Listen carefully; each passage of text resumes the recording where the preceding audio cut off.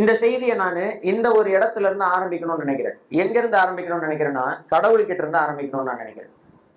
கடவுள் யாரு? கடவுள் யாருன்னா, வானத்தையும் பூமியையும் சமுத்திரத்திலையும் கடலையும் இந்த வானத்துல இருக்கிறவைகளையும் பூமியில இருக்கிறவைகளையும் இந்த கடலுக்குள்ள இருக்கிறவைகள் இது எல்லாத்தையும் நம்ம பார்க்கிறதையும் நம்மளால பார்க்க முடியாததையும் எல்லாவற்றையும் உண்டாக்குனவர் தான் யாரு? கடவுள். கடவுள் நம்மை உண்டாக்கினார். அப்படிதான் பைபிள் சொல்லு. கடவுள் நம்மை என்ன செய்தார்? உண்டாக்கினார். கடவுள் நம்மை உண்டாக்கினவரா இருக்கிறார். இவ்வளவு விஷயங்களை உண்டாக்கக்கூடியவரா ஒருவர் இருக்கிறாருன்னு சொன்னா அவர் நிச்சயமா, கவனிங்க சிஸ்டர், கவனிங்க, எங்க கவனிங்க, இவ்வளவு விஷயங்களை உருவாக்கின ஒருவர் இருக்கிறாருன்னா அவர் நிச்சயமா இது எல்லாத்தையும் விட சக்தி வாய்ந்தவராக தான் என்ன செய்ய முடியும்? இருக்க முடியும். கரெக்டா? இப்போ மனுஷங்க இந்த கருவிகள் எல்லாம் கண்டுபிடிச்சிருக்காங்க. ஏதோ இந்த மைக்கு, இப்ப நான் இங்க போட்டிருக்க ஒரு மைக் இருக்கு, இந்த போன் இருக்கு, இது எல்லாத்தையும் யார் கண்டுபிடிச்சா? மனுஷங்க உருவாக்குனாங்க. மனுஷங்க இதை விட சக்தி வாய்ந்தவங்க தானே. இந்த போனை விட சக்தி வாய்ந்தாங்க. ஒரு போன் மனுஷனை கண்ட்ரோல் பண்ண முடியாது. ஆனா மனுஷன் நினைச்சா எவ்வளவு போனை வேணா என்ன செய்யலாம்? கண்ட்ரோல் பண்ணலாம், தூக்கி போட்டு உடைக்கலாம், புதுசா உருவாக்கலாம், காசு கொடுத்து வேற ஒன்று வாங்கலாம், என்ன வேணா பண்ணலாம். ஆனா அந்த போன் மனுஷன் அப்படி எதுவுமே என்ன செய்ய முடியாது, பண்ண முடியாது. இல்லைங்களா? நம்முடைய நேரத்தை எடுக்கலாம், ஆனா நம்ம நினைச்சோம்னா அந்த நேரத்தை நம்ம என்ன செய்ய முடியும்? கட்டுப்படுத்த முடியும், கண்ட்ரோல் பண்ண முடியும். கரெக்டுங்களா? அப்போ ஒரு விஷயத்தை நாம உருவாக்குறோம்னா அதை விட நம்ம யாரா இருக்கிறோம்? நமக்கு அதை விட சக்தி அதிகம் இல்லையா? நம்ம பெற்றெடுக்கிற பிள்ளைங்களை விட அவங்க நம்ம தோளுக்கு மேல வளர்ற வரைக்கும் நம்ம அவங்கள விட என்னவா இருப்போம்? பெற்றெடுக்கிறவங்களை விடவே நம்ம சக்தி வாய்ந்தவங்களா இருக்கும் பொழுது நம்ம எல்லாரையும் உருவாக்கினவர் நம்மை விட சக்தி வாய்ந்தவராக தான் இருக்க முடியும். அதனாலதான் நம்ம எந்த மனுஷனையும் கடவுள்னு என்ன செய்யறது இல்லை, ஒத்துக்கிறது இல்லை. சொல்றவங்க நிறைய பேர் சொல்றாங்க, மனிதர்களையே கடவுள்னு நிறைய பேர் என்ன செய்யறாங்க, சொல்றாங்க. ஆனா மனிதன் கடவுளாக முடியுமா? மனிதனை உண்டாக்கினவர் கடவுளாக முடியுமான்னு கேட்டா யாருதான் கடவுளாக முடியும்? மனிதனை உண்டாக்கினவர் தான் கடவுளாக முடியும். இந்த கடவுள் யாரு? இந்த கடவுள் எங்கதான் தன்னை வெளிப்படுத்தி இருக்கிறாரு? எப்படி தன்னை காட்டி இருக்கிறாரு?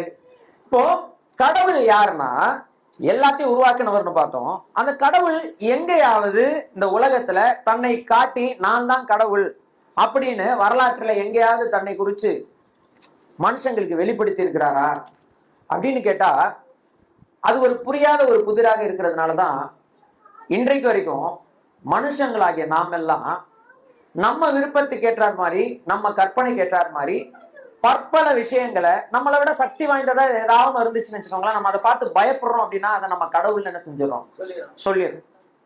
ஆமாவா இல்லையா? ஒரு பெரிய யானை வருது, பயங்கர ஃபாஸ்டாகவும் வருது காட்டுக்குள்ள, நீங்க மட்டும்தான் சென்டர்ல நடுவுல நிக்கிறீங்க. அப்போ ஒரு கட்டத்துல ஒண்ணுமே முடியாம என்ன பண்ணிடுறீங்க, அந்த யானையே 2 கை எடுத்து கும்பிட்டு தயவு செய்து என்னை விட்டுரு நம்ம என்ன செய்யறோம், சொல்றோம். காரணம் என்ன? அது நம்மளோட பலசாலியா இருக்கிறதுனால நம்ம என்ன பண்ணிடுறோம், அதை கடவுள் ஆக்கிடுறோம். நமக்கு நன்மை செய்யக்கூடிய விஷயங்களை கடவுளாக மாற்றக்கூடிய பழக்கம் மனிதர்களுக்கு இருக்கு. உதாரணத்துக்கு மாடு நமக்கு பால் தரும், அதோட பாலை நம்ம குடிக்கிறோம், நம்ம வளர்றோம். அதனால மாடு என்னவாயிடுது, தெய்வமா மாறி. அம்மா அப்பா நம்மளை சின்ன வயசுல இருந்து வழிநடத்தி கூப்பிட்டு வராங்க, நமக்கு தேவைகள் எல்லாம் சந்திக்கிறாங்க, நமக்காக கஷ்டப்பட்டு உழைக்கிறாங்க. அதனால அம்மா அப்பாவை நம்ம என்ன பண்ணிடுறோம், தெய்வம்னு சொல்லிடுறோம். ஆனா கொஞ்சம் நம்ம உட்காந்து யோசிச்சோம்னா இந்த அம்மா அப்பாவை, இந்த மாட்டை, இந்த யானைய, இது எல்லாத்தையும் உருவாக்குனவர் தான் யாரு, கடவுளை தவிர இவைகள் கடவுள் அல்ல. ஆனா மனிதனால ஏன் கடவுளை புரிஞ்சிக்க முடியல?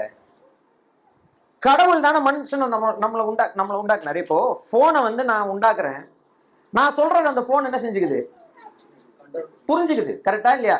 நான் நம்பர் டயல் பண்ணி இன்னாருக்கு கால் பண்ணணும் அப்படின்னு நான் கால் பண்ணனா கரெக்டா அவருக்கு தான் என்ன செய்யுது, கால் போகுது. நான் என்ன அந்த போனுக்கு சொல்றேனோ அந்த போனு அதுக்கு என்ன செய்யுது, கீழ்படியுது. அப்படின்னா அந்த போனு நான் சொல்றது என்ன செஞ்சுக்குது, புரிஞ்சுக்குது. புதுசா போன் வாங்கின உடனே வாய்ஸ் மெசேஜ், நம்ம வாய்ஸை ரெக்கார்ட் பண்ண சொல்றாங்க. எதுக்குன்னா நம்ம சொல்றத அந்த போன் என்ன செய்யணும், கேட்கணுன்றதுக்காக நம்ம வாய்ஸை மட்டும் நம்ம என்ன பண்ணுவோம், வேற யார் சொன்னாலும் அது என்ன செய்யாது, கேட்காது. ஒரு போன் கூட மனுஷன் சொல்றத புரிஞ்சுக்குது. ஆனா கடவுள் யாருன்னு மனுஷனால என்ன செய்ய முடியல, புரிஞ்சுக்க முடியலன்னா அப்போ ஏதோ ஒரு பிரச்சனை என்ன செஞ்சிருக்குது, ஏற்படுது. ஏதோ ஒரு பிரச்சனை இருக்குது. யாருக்கு நடுவுல, கடவுளுக்கும் மனுஷங்க நடுவுல பிரச்சனை இருக்கு. ஆனா கடவுள் என்ன பண்றாரு அப்படின்னா வரலாற்றுல கவனிங்க, அவர் யாருன்னு மனுஷங்க கிட்ட காட்டணும்னு விருப்பப்படுறாரு. கடவுள் என்ன விருப்பப்படுறாரு? அவர் யாருன்னு. உதாரணம், இப்போ பிள்ளைகளை பெற்றெடுத்த தாய்மார்கள் தகப்பன்மார்கள் இங்க இருக்கிறீங்க. நான் எனக்கு பையன் பிறந்த உடனே பையனுக்கு தெரியுமா பிறந்த உடனே இவர் தான் அப்பான்னு? ஒருவேளை என் ஒய்ஃபுடைய வயிற்றுக்குள்ள இருக்கும் பொழுது வெளியில நான் பேசுற சவுண்ட் எல்லாம் என்ன செஞ்சிருக்கலாம், கேட்டிருக்கலாம். ஒரு தடவை என் ஒய்ஃப் வந்து இந்த மிக்சி போடுற சவுண்டு, மிக்சி பக்கத்துல நின்ட்டா. மிக்சி போடுற சவுண்டுக்கு என் பையன் வயிற்றுக்குள்ள என்ன செஞ்சிட்டான், அலறி பயந்து ஒரு மாதிரி ஆயிட்டான். அப்பத்துல இருந்து எந்த சவுண்டு கேட்டாலும் அவன் என்ன செஞ்சிடறான், பயப்படுறான். அப்போனா என்ன தெரியுதுன்னா, உள்ளுக்குள்ள இருக்க குழந்தைக்கு வெளியில இருக்க சவுண்டு என்ன செய்யுது, வைப்ரேஷன் கேட்குது, சவுண்டு போகுது. அது மாதிரி நாம பேசுறோம்ல, குழந்தை வயிறு மேல கை வச்சு அடிக்கடி பேசுவோம். பேசும்போது ஓ நம்ம குரல் நமக்கு நினைப்பு என்ன, என் குழந்தை என் வாய்ஸை கேட்குது. வெளியில வந்து என்ன என்னன்னு கூப்பிடும், அப்பான்னு கூப்பிடு. வெளியில வந்து குழந்தான் கத்துமே தவிர அப்பான்னு என்ன செய்யாது, கூப்பிடாது. அது கூப்பிடுறதுக்கு கொஞ்சம் நாள் ஆகும். அது வரைக்கும் காத்துக்கிட்டு இருப்போம். என்ன காத்துக்கிட்டு இருப்போம், எப்படா என் குழந்தை என்ன அப்பான்னு கூப்பிடுவான், எப்போ என்ன அம்மா. அம்மா எல்லாரும் சொல்லுவாங்க இல்லையா.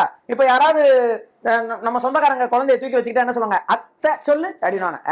முதல்ல அம்மா தான் சொல்லணும், அதுக்கப்புறம் தான் அத்தை சொல்லணும்னு இவங்க எல்லாருக்கும் ஒரு ஆசை. நம்மளதான் ஃபர்ஸ்ட் குழந்தை என்ன செய்யணும், கூப்பிடணும். கரெக்டுங்களா, கூப்பிடணும். அப்போ கவனிங்க, குழந்தைகளை பெற்றெடுக்கிற நமக்கே அப்படி ஒரு ஆவல் இருக்கு இல்லையா. நம்மள என் குழந்தை என்ன பண்ணணும், என்னை கூப்பிடணும், அப்பான்னு என்னை பார்த்து என்ன செய்யணும், கூப்பிடணும், மாமான்னு என்ன செய்யணும், கூப்பிடணும், அத்தைன்னு கூப்பிடணும், அம்மான்னு கூப்பிடணும். இப்படி ஆசைப்படுறோம். யாரு, பெற்றவர்கள், உறவினர்கள் ஆசைப்படுறோம். அப்ப நம்ம உருவாக்கின கடவுள் ஆசைப்படுவாரா, ஆசைப்பட மாட்டாரா? நாம அவரை பார்த்து அப்பான்னு கூப்பிடணும்னு, நாம அவரை பார்த்து தகப்பனேன்னு கூப்பிடணும்னு நம்மை உருவாக்கின கடவுள் ஆசைப்படுவார்ல. அதனால கடவுளுக்கு அந்த ஆசை இருந்ததா? கடவுள் மனுஷன்கிட்ட தன்னை காமிச்சாரா? கடவுள் எப்படிப்பட்டவர்னு வெளிப்படுத்தினாரா அப்படின்னு பார்த்தா, வேதாகமத்துல நான் சொல்றேன், நீங்க அப்புறமா வீட்டுல வாசிங்க. 25ஆம் சங்கீதத்துல ஒரு வசனம் எப்படியாக சொல்லியிருக்கு. கர்த்தர் யாருன்னு அவர் வந்து மனுஷங்களுக்கு சொல்றார். கர்த்தர் நல்லவர். என்ன சொல்றாரு, நல்லவர். கேள்விப்பட்டிருக்கீங்க இல்லையா? கர்த்தர் யார், நல்லவர். கர்த்தர்னா யாருன்னா கடவுள். கடவுள் நல்லவர் அப்படின்னு நம்ம என்ன செஞ்சிருக்கோம், கேள்விப்பட்டிருக்கோம். இப்போ நாம நல்லவங்களா இல்லையா நம்ம குழந்தைங்களுக்கு தெரியுமா? நம்ம நல்லவங்களா இல்லையான்னு நம்ம குழந்தைங்களுக்கு தெரியுமா? தெரியாது. குழந்தைங்க வளர வளர வளர நம்ம நடவடிக்கைகள்லாம் பார்த்து, நம்ம சொல்லி கொடுக்கறத வச்சு, சமுதாயத்துல கத்துக்கொள்றத வச்சு எது எது நன்மை எது எது தீமைன்னு என்ன செஞ்சுக்குதுங்க, தெரிஞ்சு கொள்றாங்க. அவங்க மனசுக்குள்ளேயே ஒரு மனசாட்சி என்ன செய்யுது, உருவாக ஆரம்பிக்குது. அப்ப அதுக்கு மீறி அப்பாவோ அம்மாவோ தப்பா ஏதாவது பண்ணாங்கன்னா, ஓ நம்ம அப்பா அம்மா நல்லவங்க இல்ல போல இருக்குதுன்னு குழந்தை என்ன செய்யும், அறிந்து கொள்ளும். கரெக்டா? நம்ம தானே? ஆனா கடவுளை மனுஷனால அப்படி என்ன செய்ய முடியல, அறிந்து கொள்ள முடியல. அப்ப கடவுள் சொல்றாரு மனுஷனை பார்த்து, கர்த்தர் என்னவா இருக்கிறார், நல்லவரா இருக்கிறார். இந்த கடவுள், இந்த வேதாகமத்துல நம்ம பாக்குற கடவுள் இருக்கார் இல்லையா, வானத்தையும் பூமியையும் சமுத்திரத்தையும் உள்ள எல்லாத்தையும் உருவாக்கின கடவுள் இருக்கார் இல்லையா, அவர்கிட்ட ரொம்ப எனக்கு பிடிச்ச விஷயம் என்ன தெரியுமா, அவர் யாருன்றத மனுஷனுக்கு என்ன பண்ணிடுறாரு, சொல்லிடுற. நம்ம சொல்லுவோம்ல, குழந்தைய பார்த்துட்டு அப்பான்னு சொல்லு, பாசமா கூப்பிடு, அழாதப்பா கொஞ்சம் போது சொல்லுவோம்ல, நம்மளை பத்தி சொல்லுவோம், நல்லதாவே சொல்லுவோம், நம்மளை பத்தி உன் குழந்தைகிட்ட சொல்லுவோம், பாசமா கூப்பிடு சொல்லுவோமா இல்லையா? கடவுள் என்ன பண்றாரு தெரியுமா, நாம அவருடைய குழந்தைகள், நம்மை அவர் உருவாக்கினார். அதனால அவர் நம்ம கிட்ட பேசணும்னு நினைக்கிறார். அதனால அவரை பத்தி அவர் நம்ம கிட்ட என்ன செஞ்சாரு, எப்படியாவது சொல்லணும்னு நினைக்கிறார். அப்ப சொல்றாரு, கர்த்தர் யாரா இருக்கிறாரு, நல்லவரா இருக்கிறார். இந்த கர்த்தர் நல்லவரா இருக்கிறாருன்னு மட்டும் இல்ல, அவர் நல்லவர்ன்றத நாம புரிஞ்சுக்கணும்ன்றத நினைக்கிறார். அவர் நல்லவர்ன்றது நாம புரிஞ்சுக்கணும்னு அவர் நினைக்கிறார். அவர் நல்லவர்ன்றத நான் எப்படி புரிஞ்சுக்க முடியும்? அவர் நல்லவர்ன்றத நான் புரிஞ்சுக்கணும்னா அவரை நான் என்ன செய்யணும், புரிஞ்சுக்கணும். அவர் யாருன்னு தெரிஞ்சாதானா அவர் நல்லவரா என்னன்றதை நம்ம என்ன செய்ய முடியும். நமக்கு தான் கடவுள்னா யாருன்னு என்ன செய்ய மாட்டேங்குது, தெரிய மாட்டேங்குது. நம்ம பற்பல மதங்களை உருவாக்கி, கிறிஸ்தவ மதம், இந்து மதம், முஸ்லீம் மதம், ஜைன மதம், புத்த மதம், இஸ்லாம் மதம்னு ஏகப்பட்ட மதங்களை இந்த உலகத்துல நம்ம செஞ்சிடும் உருவாக்கி, ஒவ்வொருவரும் அவங்கவுங்க கற்பனைக்கு ஏற்ற மாதிரி கடவுள் இப்படிப்பட்டவர் கடவுள் இப்படிப்பட்டவர் என்ன செஞ்சுட்டு இருக்கோம், சொல்லி கொண்டிருக்கோம். கடவுள் இப்படிப்பட்டவர், இப்படிதான் இருப்பாரு, அவரு இந்த மாதிரி செயல்பாடுகள்லாம் செய்வாருன்னு ஒவ்வொருத்தரும் என்ன செய்யறாங்க, சொல்லிக்கிட்டே இருக்காங்க. காரணம் என்ன, அவங்களுக்கு மனிதர்களுக்கு கடவுளை புரிந்து கொள்ள முடியல. ஏதோ ஒரு கனெக்ஷன் என்ன ஆயிடுச்சு, உடஞ்சிருச்சு. ஒரு குழந்தையால அப்பாவை கண்டுபிடிச்சிட முடியுது. ஒரு 4-5 மாசத்துல இவங்கதான் அப்பா இவங்கதான் அம்மா ஒரு குழந்தையால என்ன செய்ய முடியுது, கண்டுபிடிச்ச முடியுது. அதாவது உலகம் தெரியாத ஒரு குழந்தைக்கு இவங்கதான் அப்பா இவங்கதான் அம்மான்னு கண்டுபிடிச்ச முடியுது. ஆனா நல்ல அறிவு படைத்த எல்லாமே தெரிந்த மனிதர்களாகிய நமக்கு நம்மை உருவாக்கின கடவுள் என்ன செய்ய முடியல, புரிஞ்சிக்க முடியலன்னா ஏதோ ஒரு பிரச்சனை இருக்கு. அது என்ன பிரச்சனை? அந்த பிரச்சனையை எப்படி கடவுள் சரி பண்ணாரு, சரி பண்ணி எப்படி நம்மளை அவருடைய பிள்ளைகளா மாத்துறாரு, எப்படி நம்ம அவரை புரிஞ்சுக்க வைக்கிறாரு, இந்த மாதிரி விஷயங்களை தான் இந்த உலகத்துல 2000 வருஷமா நல்ல செய்தின்னு என்ன செய்யறாங்க, சொல்றாங்க. ஏன் நல்ல செய்தின்னு சொல்றாங்கன்னா, மனிதர்கள் தங்களுடைய கற்பனைகளின்படி இஷ்டத்துக்கு பற்பல கடவுள்களை தேடி நாடி ஓடி அவங்களுடைய பாவங்களுக்கான பரிகாரங்களுக்கு எவ்வளவோ தங்களை வருத்தி கொண்டு எவ்வளவோ மோசமான நிலையில தங்களை என்ன பண்ணிக்கிறாங்க, காயப்படுத்தி கொள்றாங்க. நெடுந்தூரம் நடக்கிறாங்க, செருப்பு போடாம நடந்து காலெல்லாம் புண்ணாக்கிக்கிறாங்க இல்லையா, அழகு குத்திக்கிறாங்க, தீ மிதிக்கிறாங்க. அந்த காலத்துல எல்லாம் குழந்தைங்களை கூட பலி செலுத்தி இருக்கிறாங்க. எதுக்கு? கடவுளுக்கு. இன்னைக்கு கூட நம்ம கேள்வி போடுறோம், அங்கங்க நரபலி கொடுக்குறாங்கன்னு கேள்வி போடுறோம். எதுக்கு? கடவுள்கிட்ட இருந்து விசேஷ சக்தியை நம்ம என்ன செஞ்சுக்கணும், பெற்றுக்கொள்ளணும்ன்றதுக்காக. எப்படியாவது கடவுளுக்கு பிரியமா கடவுளுக்கு பிடிச்ச மாதிரி நம்ம மாறிக்கணும்ன்றதுக்காக மிருகங்களை பலி செலுத்துறது, மனுஷங்களை பலி செலுத்துறது, குழந்தைகளை பலி செலுத்துறது, பற்பல காணிக்கையை கோடி கோடியா கொண்டு வந்து கொட்டுறது, இப்படி பற்பல விஷயங்களை தங்களையே வருத்தி தங்களுக்கு மேலேயே கஷ்டத்தையும் பாரத்தையும் என்ன செஞ்சுக்கிறாங்க, போட்டுக்கிறாங்க. காரணம் என்னன்னா, அவங்களால மனிதர்களால கடவுளை புரிந்து கொள்ள முடியல, மனிதர்களால கடவுளை அடைய முடியல, மனிதர்களால கடவுள் கிட்ட வர முடியல. ஒரு புள்ள அப்பா கிட்ட பேச முடியலன்னா காரணம் என்னவா இருக்கும்? அவங்க 2 பேருக்கு நடுவுல ஏதோ ஒரு பிரச்சனை. அது அப்பா காரணமா இருக்கலாம், புள்ள காரணமா இருக்கலாம். ஏன்னா இந்த உலகத்துல மனுஷங்க எல்லாரும் நல்லவர்கள் என்ன செய்ய முடியாது, சொல்ல முடியாது. நன்மையை விட எதை அதிகமா விரும்பி செய்யக்கூடியவங்களா நம்ம இருப்போம். எதை செய்யாதன்னு சொல்றோமோ அதுதான் ஃபர்ஸ்ட் செய்யக்கூடிய சுபாவம் நமக்குள்ள இருக்கு. அதனால ஒரு அப்பா கூட பிரச்சனையை ஸ்டார்ட் பண்ணிருக்கலாம்னு நம்ம சொல்ல முடியும். ஆனா கடவுள் கிட்ட அப்படி சொல்ல முடியாது. ஏன்னா கடவுள் அன்புள்ளவர். கடவுள் யாரு? அன்புள்ளவர். அவர் எப்படி அன்புள்ளவர் நம்ம தெரிஞ்சுக்கலாம்? அவர் தான் யாருன்னே பார்க்க முடியலையே, தெரிஞ்சுக்க முடியலையே. ஆனா அவர் எப்படி அன்புள்ளவர் தெரிஞ்சுக்கலாம்? இல்ல, பேசிக்கா அவர் எப்படி அன்புன்னு தெரிஞ்சுக்கலாம்? இயேசு கிறிஸ்து யாருன்னு அறிமுகப்பட்ட பிறகு நீங்க சொல்றீங்க கடவுள் யாருன்னே தெரியாது, ஆனா கடவுள் அன்புள்ளவர்னு எப்படி தெரிஞ்சுக்க முடியும்? நீங்க சுவாசிக்கிறீங்க இல்லையா, அதை வச்சே தெரிஞ்சுக்கலாம். நீங்க என்ன பண்றீங்க? சுவாசிக்கிறீங்க. சிஸ்டர் பேர் என்ன? உங்க பேர் என்ன சிஸ்டர்? சரிதா. சரிதா சிஸ்டர் என்னைக்காவது ஒரு 5 நிமிஷம் உயிர் வாழ்றதுக்காக ஒவ்வொரு நிமிஷமும் அடுத்தடுத்த நொடி அடுத்த ஒரு 10 செகண்ட் உயிர் வாழணும், சரி மூச்சு இழுத்து விட்டுக்கலாம், இப்ப உயிர் வாழ்ந்துட்டோம், அடுத்த 10 செகண்டுக்கு உயிர் வாழணும், அடுத்து மூச்சு இழுத்து விட்டுக்கலாம், அப்படி சுவாசிக்கிறீங்களா? அப்படி சுவாசிச்சு யோசிச்சு சுவாசிச்சு உயிர் வாழ்றீங்களா? இல்ல, நம்மளையே அறியாம என்ன பண்ணிடுறோம், நம்ம யாரையாவது கோவமா திட்டிக்கிட்டு இருப்போம், அப்பயும் நம்ம சுவாசிச்சுட்டு இருக்கோம். நம்ம நல்லா எதையுமே அறியாம படுத்து தூங்கிட்டு இருப்போம், அப்பயும் நம்ம என்ன செஞ்சுட்டு இருக்கோம், சுவாசிச்சுக்கிட்டு இருக்கோம். நம்ம தவறான ஏதாவது ஒரு விஷயத்தை ஈடுபட்டுக்கிட்டு இருப்போம், அப்பயும் நம்ம என்ன செஞ்சுட்டு இருப்போம், சுவாசிச்சுக்கிட்டு இருப்போம். மழை பெய்யும், அப்பயும் சுவாசிச்சுக்கிட்டு இருப்போம். நீச்சல் அடிப்போம், அப்பயும் சுவாசிச்சுக்கிட்டு இருப்போம். சாப்பாடு சாப்பிடும் போது என்ன செஞ்சுட்டு இருப்போம், சுவாசிச்சுக்கிட்டு இருப்போம். வெயில் அடிக்கும் போதும் சுவாசிச்சுக்கிட்டு இருப்போம். புயல் வந்தாலும் சுவாசிச்சுக்கிட்டு இருப்போம். சுவாசம் அப்படின்றது, நம்ம மூச்சு விடுறது அப்படின்றது யாருடைய உதவியும் இல்லாம உங்களுக்கு தானா எப்படி நடக்குது? ஒரு நாள் இது மூச்சு நின்னுது இல்ல, அப்பனா மூச்சு என்பது நிற்கும் தன்மையுடையது, அப்படிதானே? அப்ப குறிப்பிட்ட காலம் வரைக்கும் உங்களுக்கு எந்த பிரச்சனையும் இல்லாம மூச்சு விட்டுக்கிட்டு இருக்கீங்கன்னா அது காரணம் யாரு?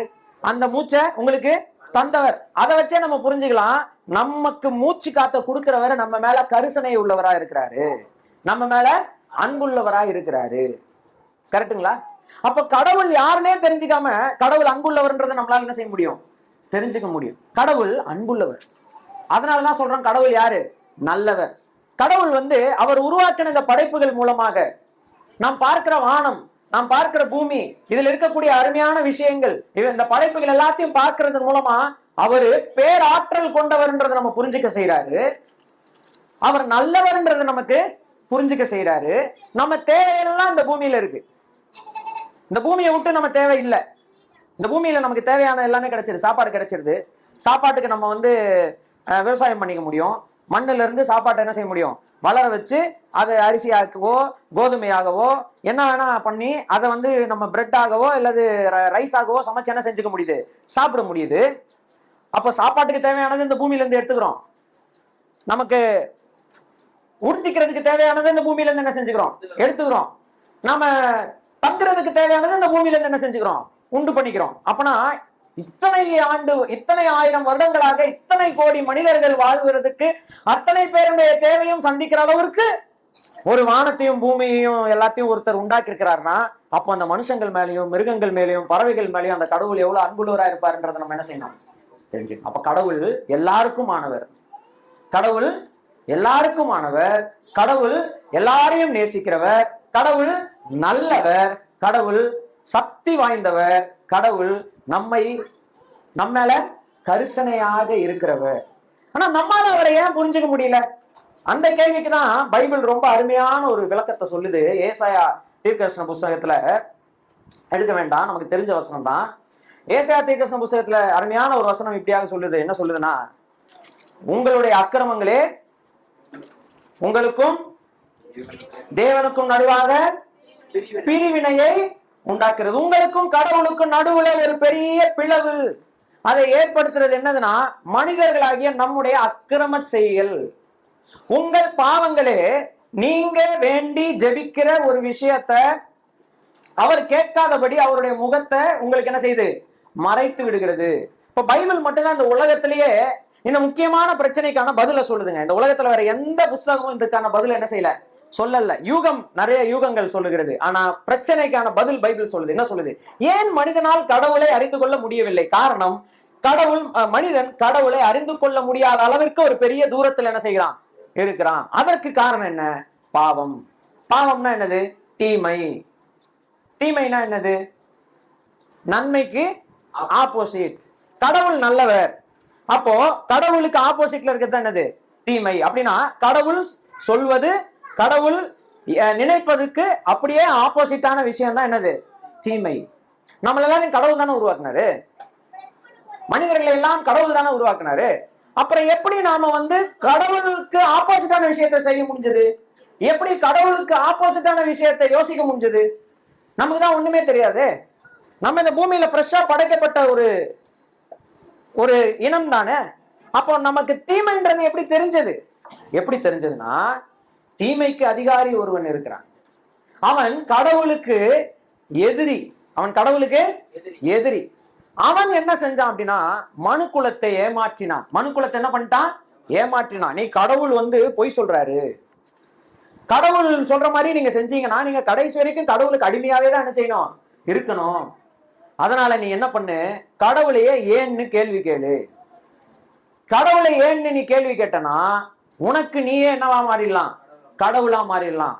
கடவுள் மட்டும்தான் கடவுளா இருக்கணும்னு அவசியம் இல்லையே, நீ கூட என்ன செய்யலாம், கடவுளாக இருக்கலாமே அப்படின்னு ஒரு சந்தேகத்தை, ஒரு தீமையான எண்ணத்தை மனுஷனுக்குள்ள விதைச்சது காரணம். மனுஷன் என்ன பண்ணிட்டான்னா, அந்த தீயவனுக்கு கீழ்ப்படிந்து இந்த மனுக்குலம் முழுவதும் பாவம் செய்து விட்டது, நாசமாக போய்விட்டது. அதான் ரோமர் எழுத நிருபத்துல அப்போஸ்தலனாகிய பவுல் 5வது அதிகாரத்துல இப்படியாக சொல்றாரு, ஒரே மனுஷனாலே பாவமும் பாவத்தினாலே மரணமும் உலகத்தில் பிரவேசித்தது. எல்லா மனுஷரும் பாவம் செஞ்சபடியால் மரணம் எல்லாருக்கும் வந்தது. பாத்தீங்களா? அப்போ கடவுளை நம்மளால அறிஞ்சிக்க முடியாததுக்கு காரணம் கடவுளுக்கும் நமக்கும் இருக்கிற இடைவெளி.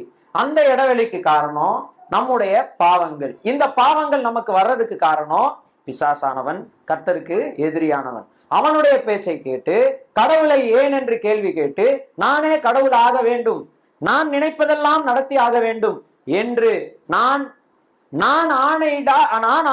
ஆணையிடக்கூடிய ஒவ்வொன்றும் இந்த பூமியில் என்ன செஞ்சிடணும், நடந்து விட வேண்டும் என்கிற ஒரு பேராசை உள்ளவனாக மனிதன் மாறி போனதுனால இன்றைக்கு வரைக்கும் இந்த பூமியில சாவு மனிதனை என்ன செய்து கொண்டிருக்கிறது, ஆட்டி வைத்துக் கொண்டிருக்கிறது.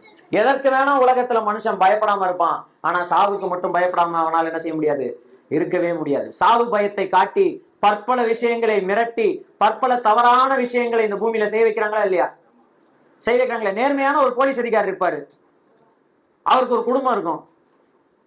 ஒரு தீய கூட்டத்தார் அந்த போலீஸ் அதிகாரிகிட்ட போய், இந்த பாரு, நான் சொல்றதை நீ செய்யலனா உன் குடும்பத்தை நான் என்ன பண்ணிடுவேன், அழிச்சிருவேன் அப்படின்னு சொன்ன உடனே அந்த போலீஸ்காரரு மரணத்துக்கு பயந்து என்ன செஞ்சிருவாரு, தீமையை செஞ்சிருவார். நீங்களா இருந்தாலும் சரி, நானா இருந்தாலும் சரி, இந்த உலகத்துல இருக்க எந்த ஒரு மனிதனா இருந்தாலும் சரி, சாவுக்கு நாம் என்ன செய்ய வேண்டியவர்களா ஆயிட்டோம், பயப்பட வேண்டியவர்களா ஆயிட்டோம். சாவுக்கு காரணம் என்னது?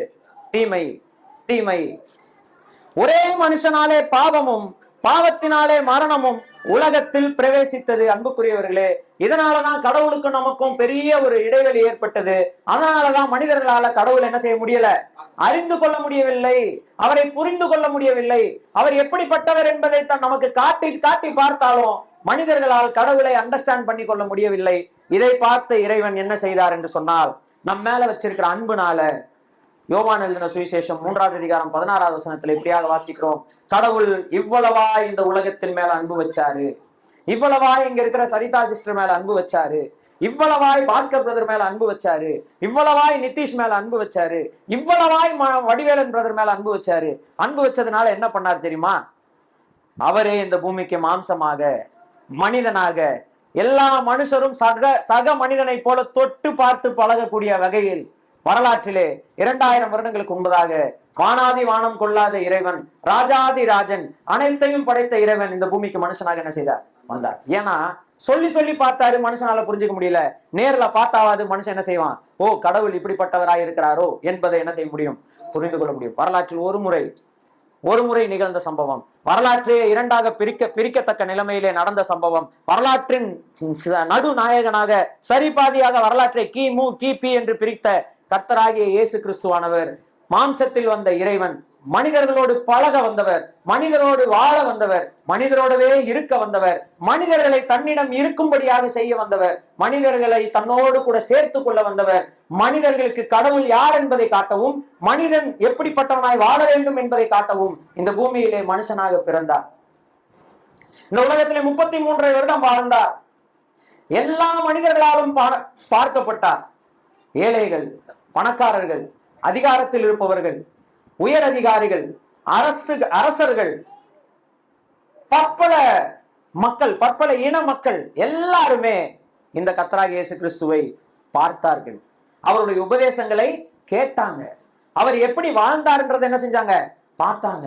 அவர் சாதாரண மக்களோடு, யாரெல்லாம் ஒதுக்கப்பட்டவர்களாக இருக்கிறாங்களோ, யாரெல்லாம் சாதாரண மக்களால பகைக்கப்படுகிறவங்களாக, எதிர்க்கப்படுகிறவங்களாக இருக்கிறாங்களோ, அவங்களோடு கூட வாழ்ந்து, அவர்களோடு கூட பழகி, கடவுள் எல்லாருக்கும் ஆனவர்ன்றது இந்த பூமியில் என்ன செய்தார். இன்றைக்கு இந்த உலகத்தில் இருக்கும் தலைவர்கள் பலர் எல்லாருக்கும் ஆனவர்கள் என்று தங்களை சொல்லிக் கொள்வார்கள். அதை காட்டுவதற்காக ஒரு நாளோ 2 நாளோ அவர்கள் வீட்டுக்கு வந்து அவர்களோடு கூட ஒருவேளை சாப்பாடு என்ன செய்வார்கள், சாப்பிடுவார்கள். அதற்கு பிறகு அவருக்கும் எந்த தொடர்பும் இருக்காது. ஆனா கர்த்தராகிய இயேசு கிறிஸ்து அப்படி இல்லை. கர்த்தராகிய இயேசு கிறிஸ்து அப்படி அல்ல. ஒரு பெரிய மாட மாளிகையிலும் கோபுரத்துல அவர் தங்கி இல்லை. ஒரு பெரிய ஆசிரமத்தை வச்சு நடத்திக்கிட்டு, அவரை சுத்தி ஒரு 10-12 பேரை செக்யூரிட்டி கார்டா வச்சுக்கிட்டு, அவர்கிட்ட வந்து பாக்குறதுக்கு ஒரு அப்பாயின்மெண்ட்டை பிக்ஸ் பண்ணிக்கிட்டு, அவர்கிட்ட வந்து பாக்குறவங்க கிட்ட காசை வாங்கிக்கிட்டு அவங்களுக்காக ஜோம் பண்ணி அற்புதங்களை செய்கிற ஒரு வேலையை அவர் என்ன செய்யவில்லை. அவரை யாருனாலும் பார்க்கலாம், எப்பனாலும் பார்க்கலாம். அவரை தூங்க விடாம தொந்தரவு பண்ணலாம். மழை பெய்து கொண்டிருக்கும் போது, புயல் அடித்துக் கொண்டிருக்கும் போது படகுல படுத்து தூங்குற கடவுளாக அவர் இந்த பூமியில் என்ன செய்தார், இருந்தார். இந்த உலகத்தில் இப்படிப்பட்ட ஒரு மகானை எங்கேயுமே நீங்க என்ன செய்ய முடியாது, பார்க்க முடியாது. ஆனாலப்பட்ட மகாத்மா காந்திக்கே ஒரு ஆசிரமம் இருந்துச்சுங்க. இருந்துச்சா இல்லையா? இருந்துச்சு. இன்னைக்கும் அந்த ஆசிரமம் இருக்கு, போய் பார்க்கலாம். ஆனா கர்த்தராகிய இயேசு கிறிஸ்துவுக்கு அப்படி ஒரு ஆசிரமம் இருந்ததா நீங்க வேதாமத்தை என்ன செய்ய முடியாது, பார்க்கவே முடியாது. புத்தருக்கு ஒரு போதி மரம் இருந்துச்சுங்க. கர்த்தராகிய இயேசு கிறிஸ்துவுக்கு தலை சாய்க்க கூட என்ன இல்லை, இடமில்லாத அளவிற்கு மனிதர்களோடு மனிதர்களாக பழகின இறைவன். ஏன்னா அவர் எதற்காக இந்த பூமிக்கு வந்தார் தெரியுமா? மனுஷனால கடவுளை புரிஞ்சுக்க முடியல, சரி நானாவது மனுஷன்கிட்ட போய் நான் யாருன்றதை காட்டுறேன்னு வந்தவர் தான் இறைவனை தவிர, நம்முடைய கற்பனைகளினால் நாம் உண்டு பண்ணி கொண்ட பயங்கரமான தோற்றமுடையவர்களாக இருக்கிறவைகள் இறைவன் என்று நாம் என்ன செய்ய முடியாது, ஏற்றுக்கொள்ள முடியாது. காரணம், அவைகள் நாம் செய்தவை, நம்முடைய கற்பனைகளில் உருவானவை. ஆனா இயேசு கிறிஸ்து நம்முடைய கற்பனைகளில் உருவானவர் அல்ல. நமக்கு கற்பனையை உருவாக்குனவரே யாருதான்? அவர் தான். இந்த கற்பனையை பண்ணக்கூடிய மூளையை உருவாக்குனவர் யாருதான்? அவர் தான். அவர் இந்த பூமிக்கு மனுஷனாய் வந்த போது மனுக்குலமாகிய நாம் என்ன பண்ணோம்? வேதாமத்துல வாசிக்கிறோம், எல்லா மனிதர்களும் சேர்ந்து அவரை சிலுவையிலே அறைந்தார்கள். ஆனால் சிலுவையில அறையும் பொழுது கர்த்தராகிய இயேசு கிறிஸ்து கோபப்படல, டென்ஷன் ஆகல, நமக்காக அவரு என்ன செய்யல, நம்ம மேல கோபமே படல. அவர் என்ன சொன்னார் தெரியுமா? இவங்க என்ன செய்யறாங்கன்றதை அறியாமல் செய்கிறார்கள் என்று சொல்லி நமக்காக அவர் ஜெபித்தார். அப்படின்னா என்ன சொல்ல வருகிறார்னா, நம்ம எல்லாருடைய தீமைகளையும் ஏற்றுக்கொண்டு நமக்கும் கடவுளுக்கும் இடையிலே காணப்பட்ட அந்த தீமையெல்லாம் சரி செய்வதற்காக, தீமைக்கான தண்டனையை கடவுளே தன் மீது ஏற்றுக்கொள்வதற்காக இந்த பூமிக்கு வந்தவர். நம்முடைய தீமையை கண்டவர் என்ன செய்யல? அவர் என்ன செய்யல? கோபப்படவில்லை. நம்ம எல்லாருடைய தீமையை அவர் என்ன செய்ய வந்தார்? ஏற்றுக்கொள்ளும்படியாக வந்தார். இப்படி ஏற்றுக்கொண்டு அந்த சிலுவையில நம்ம எல்லாருடைய தீமைக்காக பலியாகி, தீமைக்கான தண்டனையை அனுபவிச்சு, மரித்து அடக்கம் பண்ணப்பட்டு, மூன்றாவது நாள் உயிரோடு எழுந்து இன்றைக்கும் ஜீவிக்கிறவராக அவர் இருக்கிறார். இதுதாங்க நல்ல செய்தி. இப்போ நல்ல செய்தி முடிஞ்சிருச்சு. இதுல இருந்து இந்த செய்தியை கேட்ட நீங்க என்ன பண்ண போறீங்க? நல்ல செய்தி இவ்வளவுதான். என்னது? கடவுள் மனுஷனா வந்தாரு, மனுஷனுடைய பாவங்கள் எல்லாரையும் அவர் மேல ஏத்துக்கிட்டாரு, மனுஷங்களுடைய பாவங்களுக்கான தண்டனை என்ன செஞ்சுட்டாரு? அனுபவிச்சிட்டாரு. இனிமே மனுஷங்க பாவத்துக்கு தண்டனை அனுபவிக்கணும்ன்ற அவசியம் இல்ல. மனுஷங்க பாவத்துக்கான பரிகாரத்தை தேடணும்னு அவசியம் இல்ல. மனுஷங்களுடைய கற்பனை கடவுள்களை வழிபட்டு, அந்த கற்பனை கடவுள்களுக்கான கோட்பாடுகளை வழிபட்டு மேலே ஒருவன் கீழே ஒருவன் என்று யாரையும் பிரித்து வைக்க வேண்டிய அவசியம் இல்ல. எல்லாருக்கும் சமமான நிலையில் உயர் மக்கள் என்று அறியப்படுகிறவர்களிருந்து ஏழை எளிய மக்கள் ஆகிய அறியப்படுகிற எல்லாருக்காகவும் ஒருவரே பாவங்களை சுமந்து சிலுவையில மரித்து அடக்கம் பண்ணப்பட்டு மரணத்தை ஜெயித்து உயிரோடு எழுந்து அவர் சொல்லுகிறார், இன்றைக்கு நீ என்னோடு கூட எங்க இருக்க முடியும்? பரலோக வாழ்க்கையை நீ இன்றைக்கே வாழ முடியும்னு சொல்றார். பாவ பரிகாரத்தை இலவசமா என்ன செஞ்சிடறாரு? தந்து கொடுக்கிறார். ஒரு பைசா செலவு பண்ண வேண்டிய அவசியம் இல்லை. அவர் ஆசிரமம் வச்சு நடத்தி இருந்தாருன்னு வச்சுக்கோங்களேன், அவரை மாதிரி ஒரு கோடீஸ்வரர் இந்த உலகத்துல இருக்க வேண்டிய அவசியம் இல்லை. ஏன்னா உண்மையான வல்லமை படைத்தவர். அங்க யாரும் ஜனங்கள் கியூல நிக்கணும்னு கூட அவசியம் கிடையாது. அவர் பூமியில ஏதோ ஒரு மூலையில உட்கார்ந்துக்கிட்டு பூமியில இருக்கிற வேற ஏதோ ஒரு மூலையில இருக்கிற ஒரு மனுஷனை குணப்படுத்த முடியும். அப்படிப்பட்ட வல்லமை படைத்தவர் இந்த பூமியில ஒரு ஆசிரமத்தை என்ன செய்யல? நடத்தவில்லை. அவர் வந்தது உன்னுடைய பாவம் என்னுடைய பாவத்தை, என்னுடைய தீமை உன்னுடைய தீமை, மனுக்குலத்தினுடைய எல்லாருடைய தீமைக்கான தண்டனை அனுபவிச்சு மனுஷனை தீமையிலிருந்து காப்பாற்றணும். ஏன் மனுஷனை தீமையிலிருந்து காப்பாற்றணும்? தீமை தானே மனுஷனுக்கும் கடவுளுக்கும் நடுவுல பெரிய இடைவெளியை உண்டாச்சு. அந்த தீமையிலிருந்து மனுஷனை காப்பாத்திட்டா மனுஷன் ஆட்டோமேட்டிக்கா யாரோட சேர்ந்து வாழ முடியும்? கடவுளோட சேர்ந்து வாழ முடியும். இதற்காக தானே மனுஷன் இத்தனை ஆயிரம் வருஷமா ஆராய்ச்சி பண்ணிட்டு இருக்கான், கடவுள் எங்க இருக்கிறாரு, எப்படி இருக்கிறாரு, என்ன பண்றாருன்னு. ஆனா கடவுளே வந்து தன்னை வெளிப்படுத்தின பிறகும் அந்த கடவுளை வேண்டாம் என்று தள்ளுவது சரியா இருக்குமான்னு யோசிச்சு பாருங்க. கடவுள் உங்கள் மீது அன்புள்ளவராய் இருக்கிறார். கடவுள் நல்லவராய் இருக்கிறார். அவர் நல்லவர் என்பதை உங்களுக்கு காட்ட விரும்பினார். அதற்காக இந்த பூமிக்கு மனுஷனாய் வந்தார். உங்கள் பாவங்களை அவர் மேல் ஏற்றுக்கொண்டார். சிலுவையில மரித்தார், அடக்கம் பண்ணப்பட்டார், மூன்றாம் நாள் உயிரோடு எழுந்தார். இது ஏதோ ஒரு தத்துவமோ கற்பனையோ இல்லை. இந்த உலகத்தில் நடுமையத்தில் இருக்கக்கூடிய ஆசியா கண்டத்துல 2000 வருடங்களுக்கு முன்பாக நடந்த சரித்திர உண்மை. மரித்து அடக்கம் பண்ணப்பட்டு உயிரோடு இருந்த இறைவன் இன்றைக்கு உங்களை அழைக்கிறார். அன்பு மகனே மகளே, இதற்கு மேல் நீ இடைவெளியோடு இருக்கணும்ன்ற அவசியம் இல்லை. நீ என்னோடு சேர்ந்து என்ன செய்ய முடியும்? வாழ முடியும். என்னிடத்தில் வருவாயா? எப்படி வருது? இருந்த இடத்துல, கடவுளே நான் ஒரு பாவி, என்னுடைய பாவம் தான் நீங்க யாருன்றதை என்னால புரிஞ்சுக்க முடியாத ஒரு இடைவெளிக்கு என்ன தள்ளிடுச்சு. நான் இப்போ உங்களோடு கூட வாழணும்னு ஆசைப்படுறேன். ஏன்னா நீங்க என்னை தேடி வந்து என் பாவங்களை எல்லாம் ஏற்றுக்கொண்டு மரித்து அடக்கம் பண்ணப்பட்டு மூன்றாம் நாள் உயிரோடு எழுந்து எனக்காக இன்றைக்கு ஜீவிக்கிறீங்கன்றதை நான் நம்புறேன். என் பாவத்தை எல்லாம் ஏற்றுக்கொண்ட உமக்கு என் வாழ்க்கையை நான் தரேன். என் வாழ்க்கையில என் பாவங்களை மன்னித்து என்னை உங்களுடைய பிள்ளையாக மாற்றுங்கன்னு சொல்லி ஜெபிக்கிற ஒவ்வொருவருக்கும் அழியாத வாழ்க்கையை, கடவுளோடு கூட வாழுகிற வாழ்க்கையை இலவசமாக தருகிறார். உங்களையும் என்னையும் உருவாக்கின கர்த்தராகிய இயேசு கிறிஸ்துவானவர். இப்ப நான் ஜெபித்து முடிக்க போறோம். இந்த கர்த்தராகிய இயேசு கிறிஸ்துவை பல முறை அவருடைய நல்ல செய்தியை நீங்க கேட்டிருக்கலாம். ஆனா இன்னைக்கு கேட்டிருக்கிற நீங்க உங்கள் மேல கர்த்தர் எவ்வளவு அன்புள்ளவராய் இருக்கிறார் என்றதை நினைத்து நீங்கள் இருக்கிற இடங்கள்ல இருந்தே உங்களுடைய வாழ்க்கையை இந்த கர்த்தருக்கு நீங்கள் ஒப்பு கொடுக்கலாம். எனக்கு இந்த இயேசுவா வேணும், அவரோடு கூட வாழணும்னு ஆசைப்படுறேன். எனக்கும் கடவுளுக்கும் நடுவில் இடைவெளி வேண்டாம். நான் அவரோடு கூடவே இருக்கணும்னு ஆசைப்படுறேன். என்றென்றைக்கும் அவரோடு கூடவே வாழணும்னு ஆசைப்படுறேன். சாவை ஜெயித்த இயேசு கிறிஸ்துவை நான் ஏற்றுக்கொண்டு சாவை ஜெயிக்கிற ஒரு வாழ்க்கையை நானும் வாழணும்னு ஆசைப்படுறேன்னு விருப்பப்படுகிற ஒவ்வொருவரும் இந்த கர்த்தராகிய இயேசு கிறிஸ்துவை நீங்க ஏற்றுக்கொள்ளலாம். அதற்கு நாங்கள் உங்களுக்கு உதவி செய்கிறோம். இது கட்டாயம் அல்ல. கர்த்தர் உங்கள் யாரையும் வற்புறுத்த போவதில்லை. கண்டிப்பா என்னை ஏற்றுக்கொண்டே ஆக வேண்டும், கண்டிப்பா நீ இயேசு கிறிஸ்துவை ஏற்றுக்கொண்டே ஆக வேண்டும் அப்படின்னு கர்த்தர் யாரையும் வற்புறுத்தவில்லை. இதை கேட்டுக்கொண்டிருக்கிற அன்பானவர்களே, கர்த்தர் யாரையும் வற்புறுத்தவில்லை. உங்களுக்கு விருப்பமானா அவரை நீங்க என்ன செய்யலாம்? பின்பற்றலாம். ஏன்னா விருப்பத்தோடு வருவதுதான் உண்மையான அன்பு. கட்டாயத்தினால் வருவது உண்மையான அன்பு இல்லை. நீங்க கட்டாயத்தினால இயேசு கிறிஸ்துவை ஏற்றுக்கொண்டா அது உண்மையான அன்போடு நீங்க அவரை பின்பற்ற முடியாது. ஆனா விருப்பத்தோடு ஏற்றுக்கொண்டீர்கள் என்றால் வாழ்நாள் முழுவதும் நீங்கள் அவரோடு விருப்பப்பட்டு வாழலாம். அவரும் உங்களோடு கூட விருப்பப்பட்டு வாழக்கூடியவராக இருக்கிறார். உங்களை தனியே விடுவதற்கு அவர் இந்த உலகத்தில் இருக்கிற மனிதன் அல்ல. உங்களோடு கூட வாழ்கிறேன் என்று சொன்னால் கடைசி வரை, கடைசிக்கும் மேலாக அழியாத ஒரு வாழ்க்கையிலே உங்களோடு கூட என்றென்றைக்கும் வாழ விருப்பப்படும் ஒரு இறைவனை தான் உங்களுக்கு நாங்கள் அறிமுகப்படுத்தி இருக்கிறோம். இந்த இறைவன் உங்களை அன்போடு அழைக்கிறார். உங்களுக்காக நாங்கள் ஜெபிக்கிறோம்.